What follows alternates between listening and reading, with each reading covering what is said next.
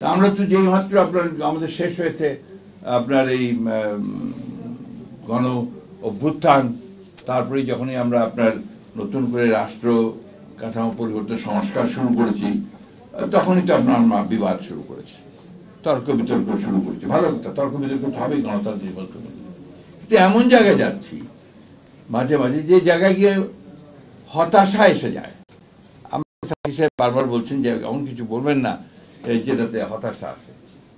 আমি হতাশাবাদী কখনোই ছিলাম না, আমি হতাশাবাদী হতেও চাই না, কিন্তু এটা তো সত্য কথা যে হতে হচ্ছে।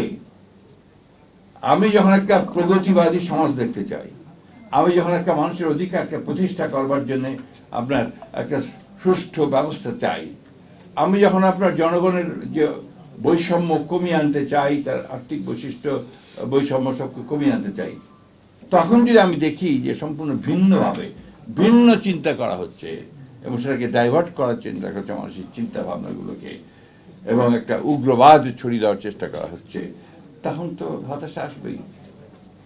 আমাদের যেটা আমি মনে করি যে দায়িত্ব আমাদের, যারা আমরা লড়াই করেছি, লড়াই করছি, করে চলেছি, আমাদের দায়িত্ব হবে যে সত্যিকার অর্থেই জনগণের জন্য যেন আমরা আপনার জনগণ কথাটা আমার কিছু খুব ভেগ মনে হয়। কারণ কোন জনগণ, কারা? সেটা কি আপনার সালমান এফ রহমান, নাকি আপনার কি এসালাম, নাকি আপনার আমাদের কলিমুদ্দিন সলিমুদ্দিন, তাই না? তো এখানে ওই জায়গাগুলোতে আমাদের আসতে হবে, আলোচনা করতে। আমাদের এখানে একজন বিজ্ঞ অর্থনীতিবিদ আছেন, তিনি কথা বলেছেন বাস্তবতার প্রেক্ষিতে। এই চেয়ারম্যান সাহেবরা যে কথা বললেন, সাধারণ মানুষরা যে কথা বলছে, ওই যে রিক্সাওয়ালা ভাইরা যারা প্রাণ দিয়েছে এইবার যুদ্ধে, যারা আপনার এই যে চালায়, রিক্সা চালায়, রাস্তায় দাঁড়িয়ে দুটো কথা বলে, তাদের কথাবার্তা শুনে যখন জনপ্রতিনিধিরা সত্যিকার অর্থেই জনগণের সমস্যার সমাধান করার জন্য আন্তরিক হবেন, আমি কিন্তু বলছি না যে পারবেন, আন্তরিক হবেন, সততার সঙ্গে করবেন, তখনই হয়তো আমরা কিছুটা ভালো পথ দেখতে পাবো। RICL TMX, যুগের পর যুগ স্থাপনা থাকে মজবুত। আমি কোন তাত্ত্বিক আলোচনায় গেলাম না। আমাদের বিথিকা যে টু দি পয়েন্ট যে অ্যান্সারগুলো চেয়েছে, সে উত্তর দেওয়ার কোনো অবকাশ আছে বলে আমি মনে করি না। এটা আমার সিস্টেমের উপর নির্ভর করবে।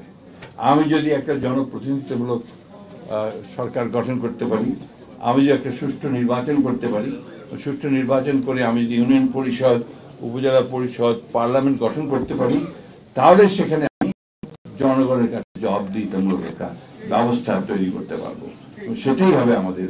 আমি মনে করি আপাতত এটা একটা ভালো পথ বেরোবে, যেখানে আমি হয়তো কিছুটা সমস্যার সমাধান করতে পারবো। শিক্ষা শেষ, শিক্ষা ব্যবস্থা শেষ করে দিয়েছে, স্বাস্থ্য শেষ হয়ে গেছে, সেগুলোকে আপনাকে আবার নতুন করে গড়ে তোলার জন্য তো মানুষ লাগবে, সে মানুষগুলো তো তৈরি করতে হবে আপনাকে।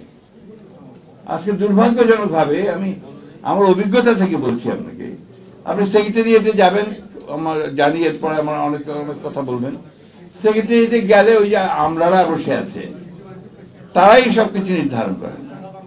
আমাদের উপদেষ্টা যারা দায়িত্ব পালন করছেন এখন, অনেক ক্ষেত্রে তারা অসহায়, অনেক ক্ষেত্রে তারা অসহায়। তারপরেও আমরা আশা করি যে তারা এতদিন যে চেষ্টা করেছেন, সেই চেষ্টাটা নিয়ে যারা সংস্কারের এই যে কমিশনগুলো আছে, তারা সবাই মিলে, আমরা সবাই মিলে একটা শুরু করতে পারি, যে শুরুটা দিয়ে আমরা একটা ভবিষ্যৎ, একটা